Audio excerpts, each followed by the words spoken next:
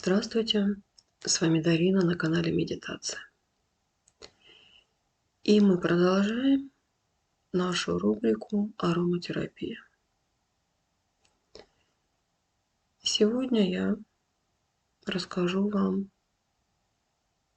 о аромамаслах, которые подходят для красной чакры. Мы будем соединять цветотерапию и ароматерапию. Мы возьмем сейчас красный цвет, который подходит для красной чакры, и соединим с ароматерапией. Соединим с маслами, которые мы будем применять.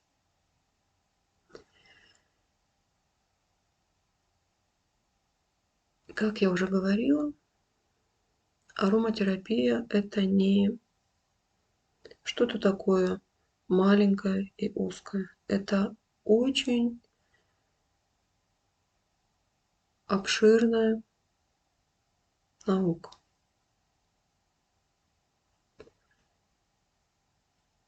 Спектр очень большой.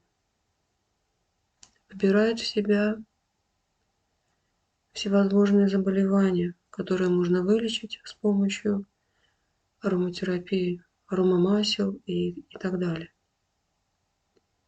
Я, опять же, повторяюсь, из ароматерапии использую только масла и аромапалочки.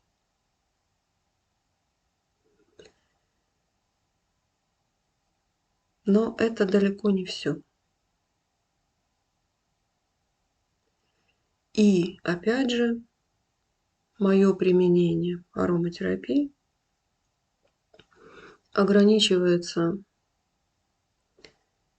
очищением энергетических тел, очищением пространства и какой-то корректировки пространства либо энергетики. То есть, предположим, корректировка энергетики человека, если он начинает заболевать, я ему ставлю эвкалиптовое масло в аромалампу и делаю определенную процедуру, так чтобы всех остальных не зацепило. И мы начнем. Я буду вкратце останавливаться на аромамаслах. Буду говорить, что они несут для красной чакры. И, возможно, еще какое-то дополнение плюсом масло гвоздики. Масло гвоздики активирует красную чакру. Для этого вы делаете аромаванну. Я имею в виду, в аромалампу наливаете аромамасло и дышите. Но не значит, что вот вы взяли и прям... А поставили, чем-то занимаетесь, либо медитируете с красной чакрой и вдыхаете гвоздичное аромамасло. Оно активирует красную чакру. Как пользоваться аромалампой, я рассказывала в прошлом видео. И выйдет ссылочка на экране. Также гвоздику можно применять при болезненности зубов, тогда, когда у вас, допустим,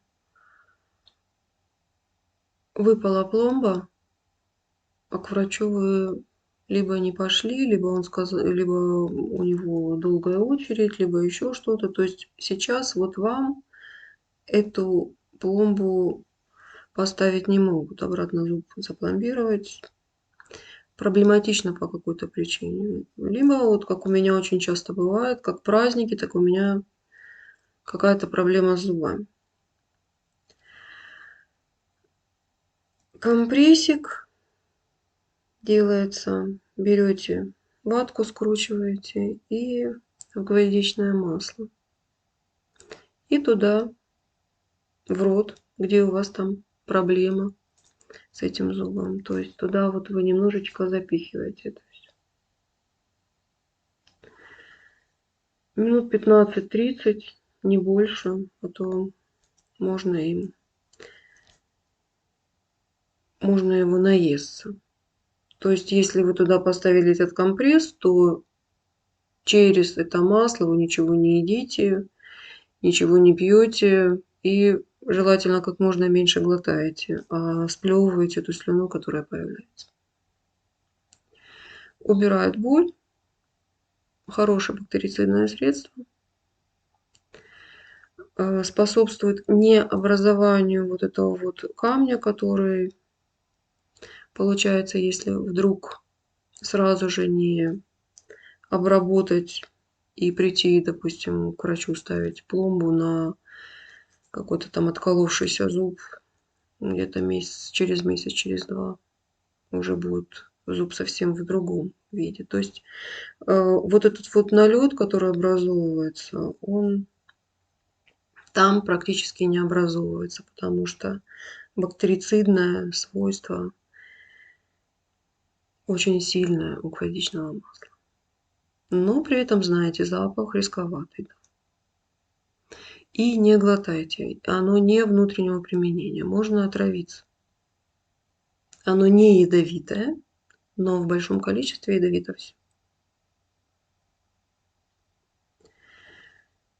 Значит, я подвожу итог.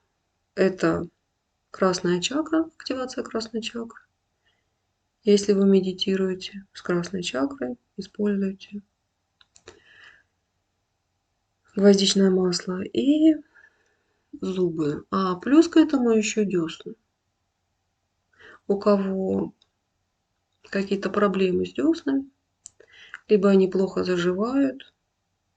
Бывает, когда мы там щеткой нечаянно дернем. Либо вот это вот пародонтит, пародонтоз, вот эта вздутость десен убирается тоже компрессиками гвоздичного масла. Способствует. Не обязательно, что прямо 100% вам поможет, но при регулярном использовании способствует заживлению десен. То есть не только зуб. Масло пачули. Масло пачули тоже активирует красную чакру. С ним тоже можно медитировать. Такой пряный аромат. В нем можно раствориться. И с маслом пачули вообще хорошо медитировать, делать любые медитации, не только с красной чакрой, но и проводить любые медитации. Либо вам просто хочется расслабиться. Не так, как вот, допустим, от мандаринового масла идет расслабление, но в то же время взрыв эмоций. А масло пачули, оно расслабляет вас. То состояние, которое нужно именно для медитации. Кориандр. Кориандр специфический очень запах. Такой, как сказать, терпкий.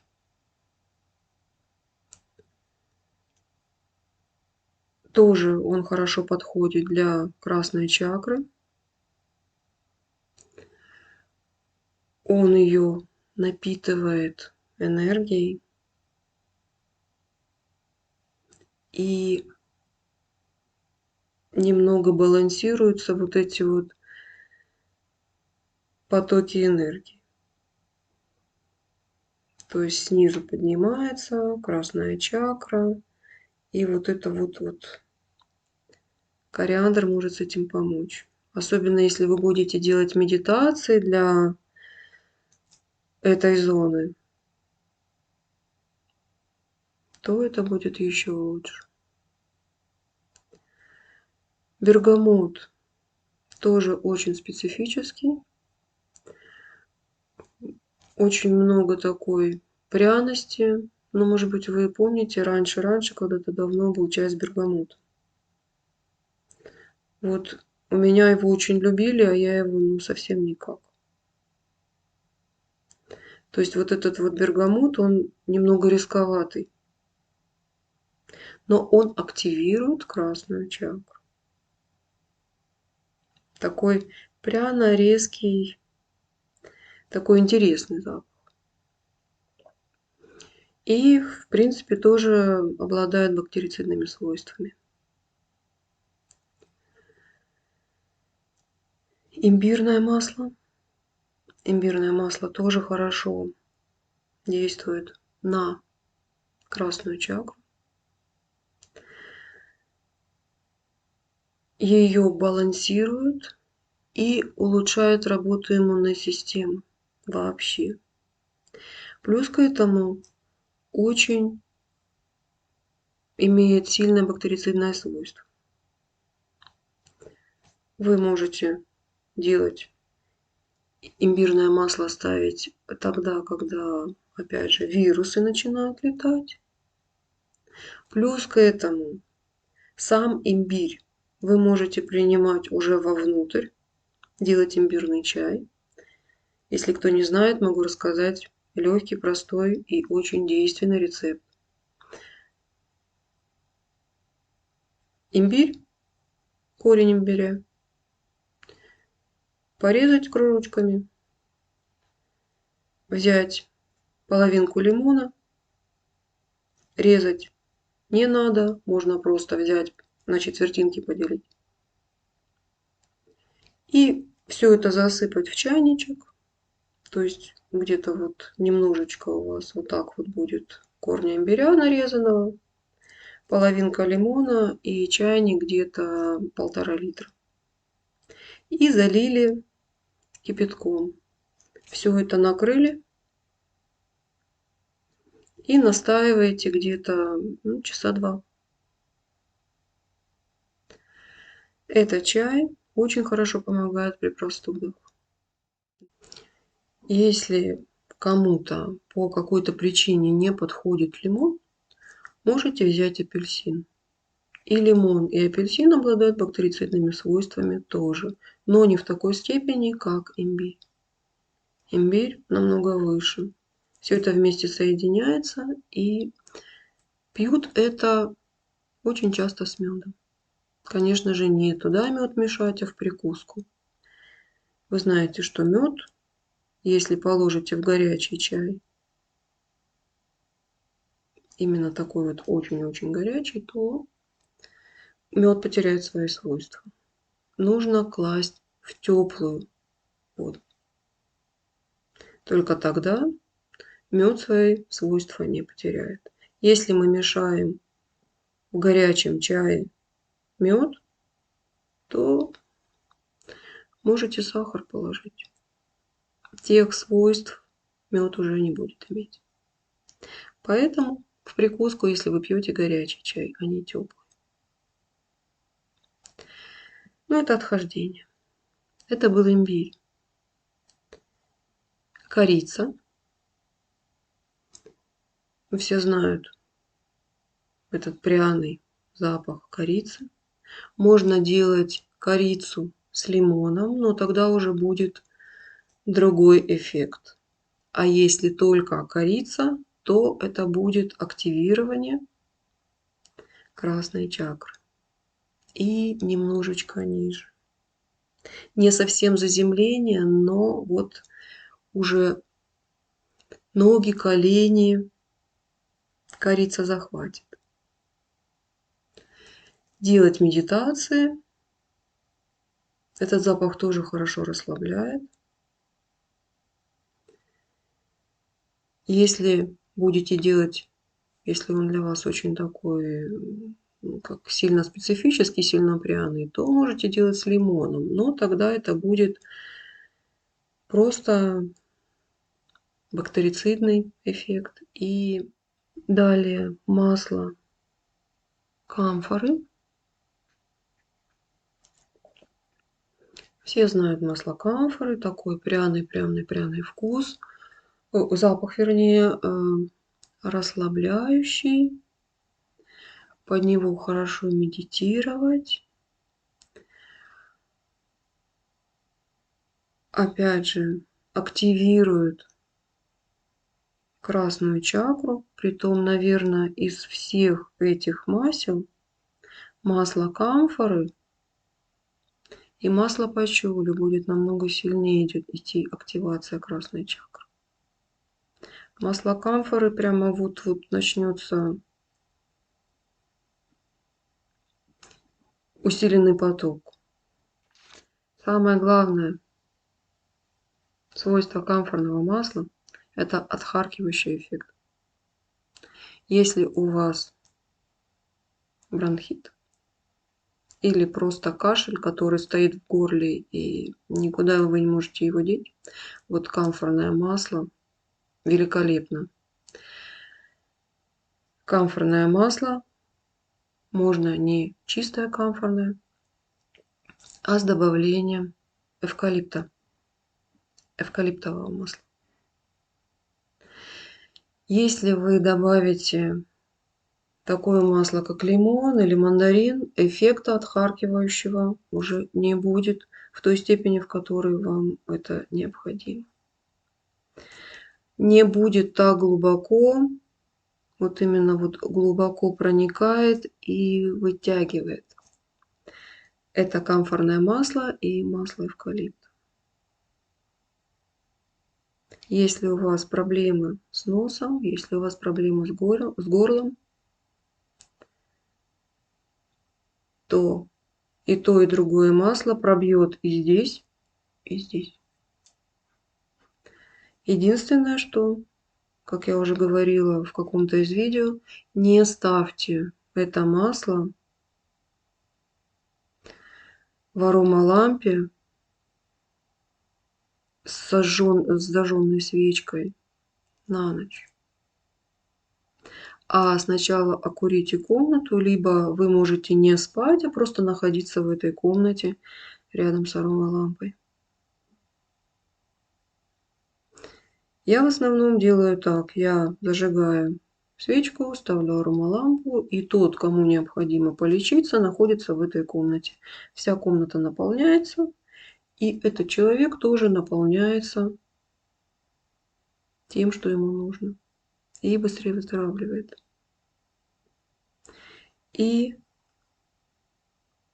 камфорное масло, и эвкалиптовое масло тоже очень активно влияют на иммунитет. Можете провести параллель. Практически все масла, которые относятся к красной чакре, положительно влияют на иммунитет. Это как раз наша красная чакра.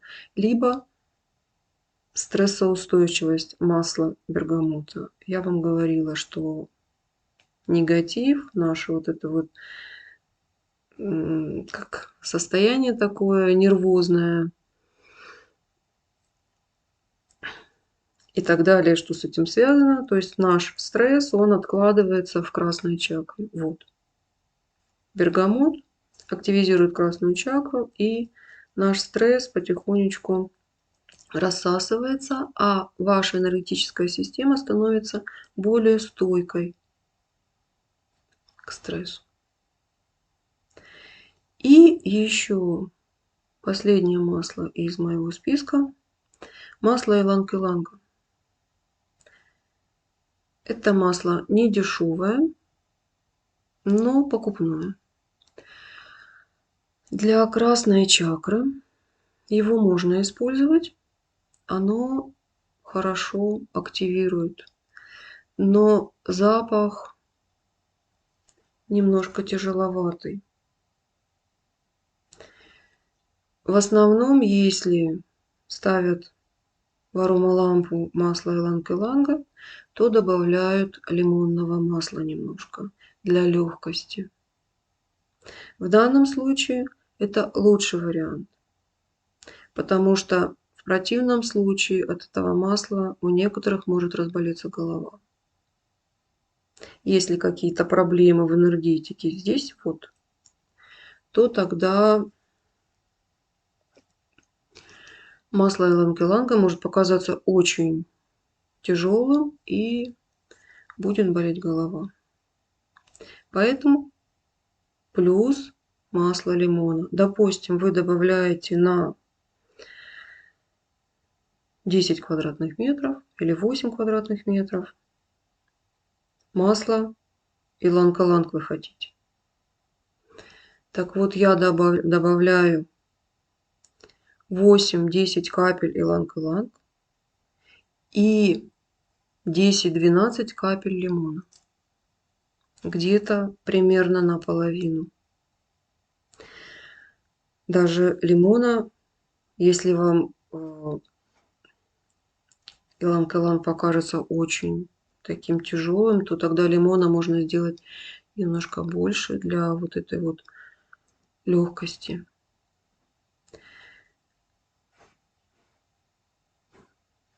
Можете прочищать свою красную чакру с помощью вот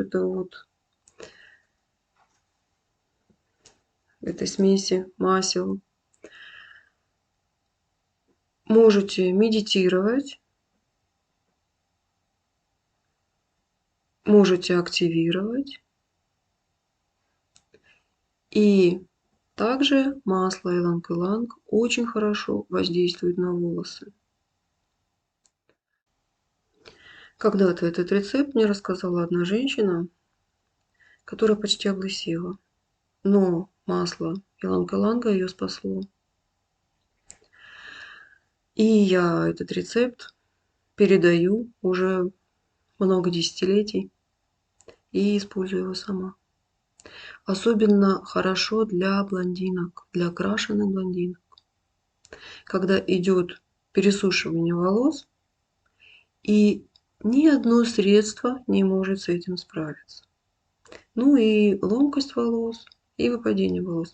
Но это подходит для всех. Итак, рецепт.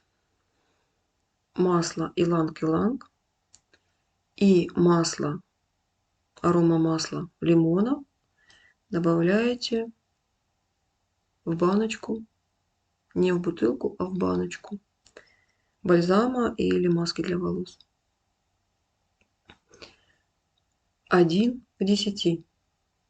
Допустим, у нас 200 грамм нашего бальзама. Нам нужно 20 капель масла иланг-иланга и масла лимона. Не тех и тех по 20 капель, а вместе надо сделать 20 капель. Я делаю 50 на 50.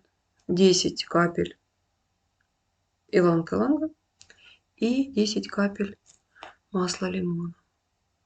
Для того, чтобы вот этот вот запах, тяжелый запах иланг-иланг, когда вот вы вот это вот нанесете на голову, и надо еще подождать какое-то время, потому что эту маску вы не смываете, прямо вот вы нанесли и через полминуты уже смыли. Или это у вас в бальзаме будет более легкий вариант.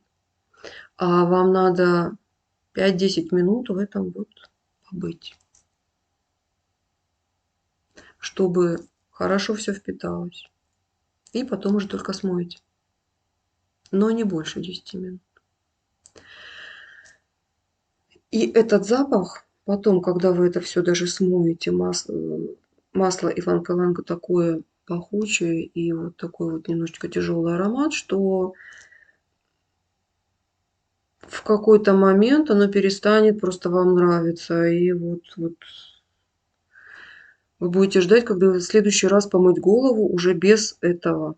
Поэтому либо 8 капель и 12 капель масла лимона, либо 10 капель иланг-иланг и 10 капель лимона. Но не забывайте про лимон. Он разбавляет этот запах. И тогда этим уже можно дышать, и оно уже не действует на голову в неприятном плане. Помогает от ломкости волос, когда ломаются волосы вот по всей своей длине. Помогает от сечения волос, когда волос начинает раздваиваться. От выпадения волос. И я говорю, та женщина, как она рассказывала, что треть головы у нее был просто такой маленький пушок. И она втирала в голову вот в это вот место, где маленький пушок, масло иланг-иланг, притом без масла лимона. Этот рецепт уже как бы мною доработанный, который я вам рассказала, который для всей головы. Она делала такие вот маски, но она опять же делала только чистое масло иланг-иланг. Она на 1 к 10 на 200 миллилитров добавляла 20 капель чистого масла иланг-иланг. Но это жестко, я вам скажу.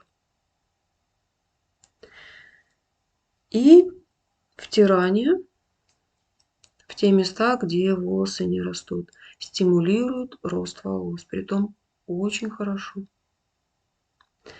Но если у вас нет никаких больших прямо глобальных проблем, каких-то там вот жутких облысений, а просто волосы, ну вот так вот немножечко сыпятся больше, чем вам бы хотелось, да? Но вы знаете, что волосы 50 штук как минимум в день выпадают по-любому. Это идет обновление волос. А если больше, чем 50,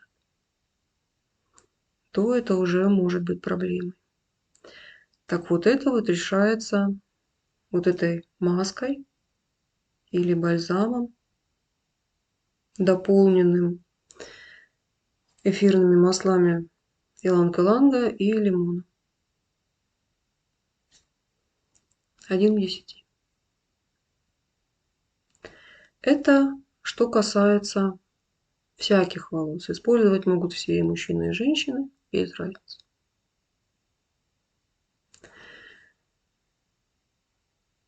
Другой рецепт, который я хотела рассказать.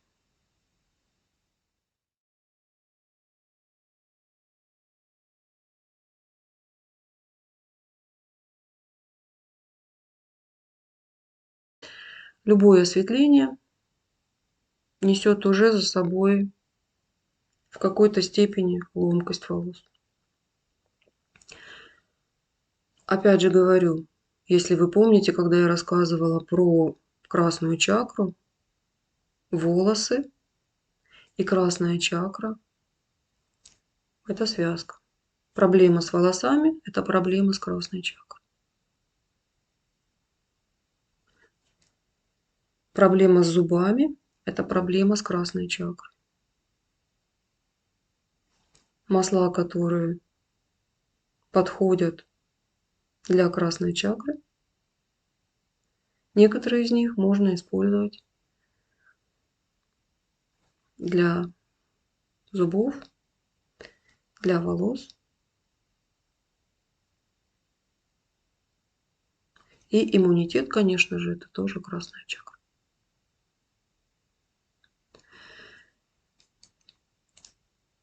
Для окрашенных блондинок рецепт. Для этого вам понадобится, опять же, баночка,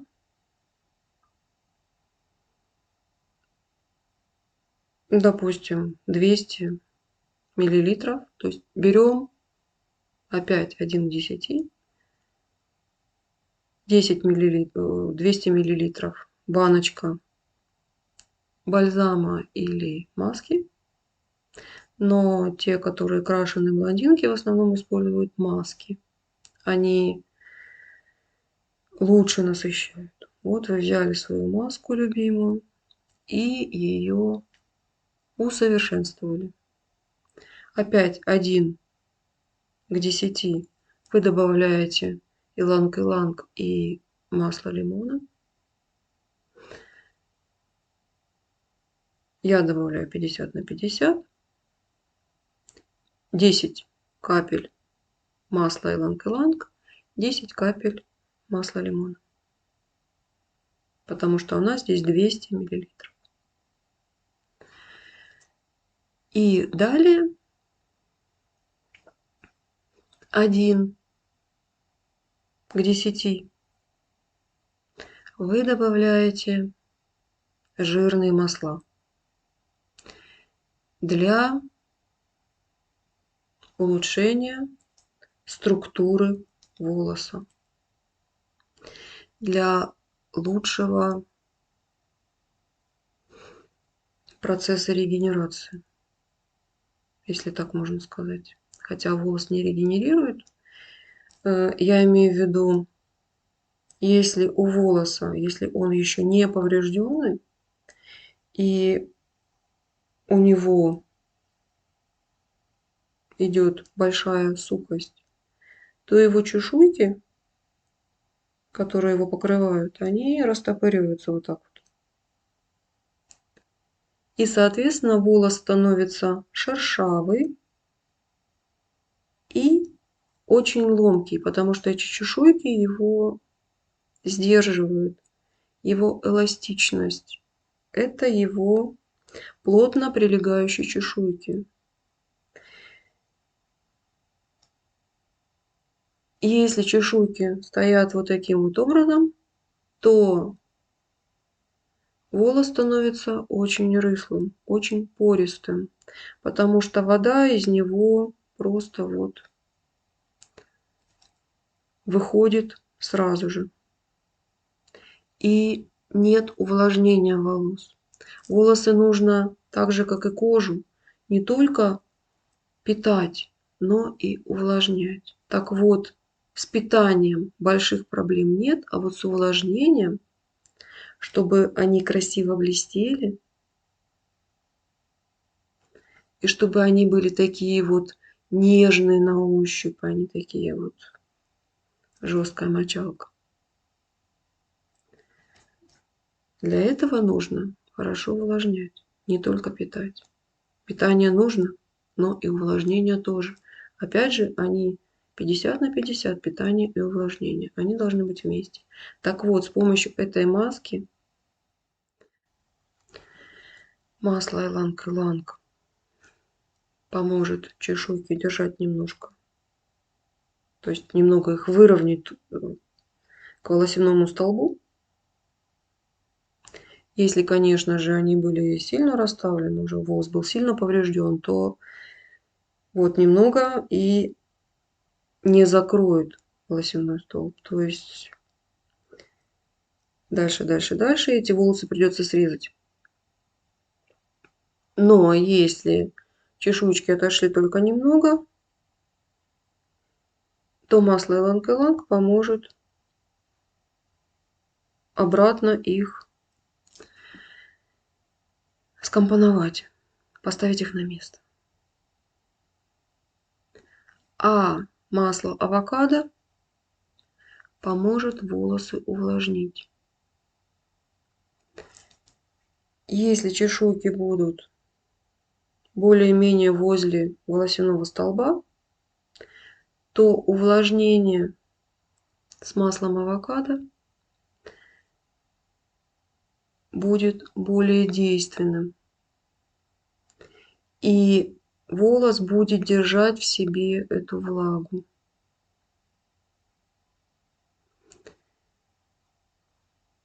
Но бывают такие волосы, которые сразу же после даже первого окрашивания у них сразу же чешуйки.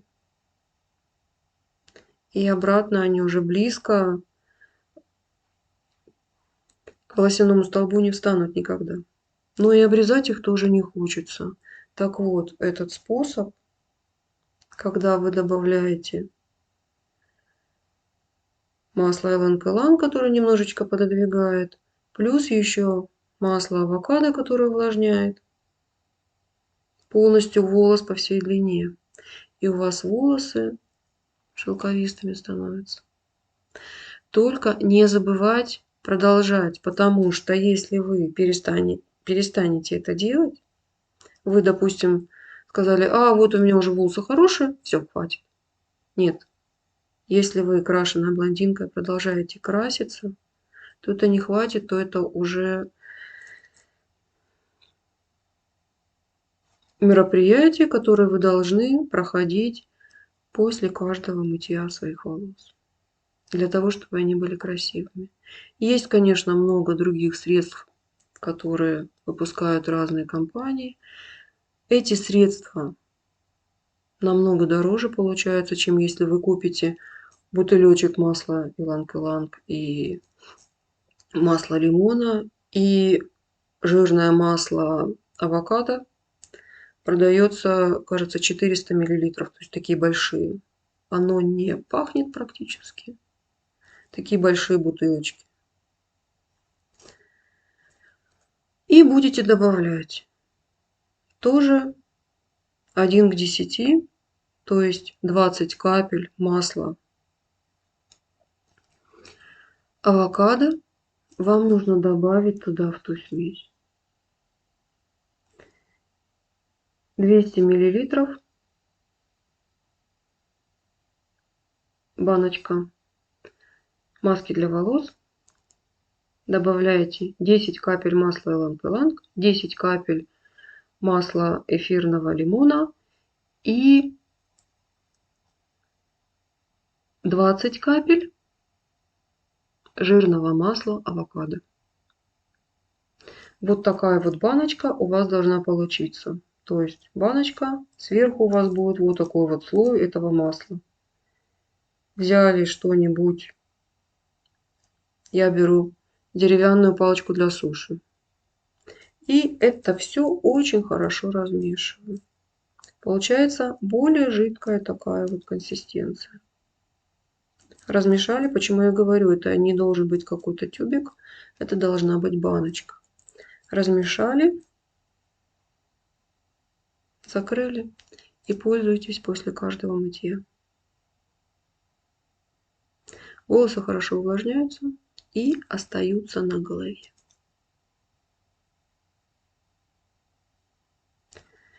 На этом все. Я рассказала вам все, что хотела. Пользуйтесь. Желаю вам здоровья и благополучия. С вами была Дарина. До новых встреч.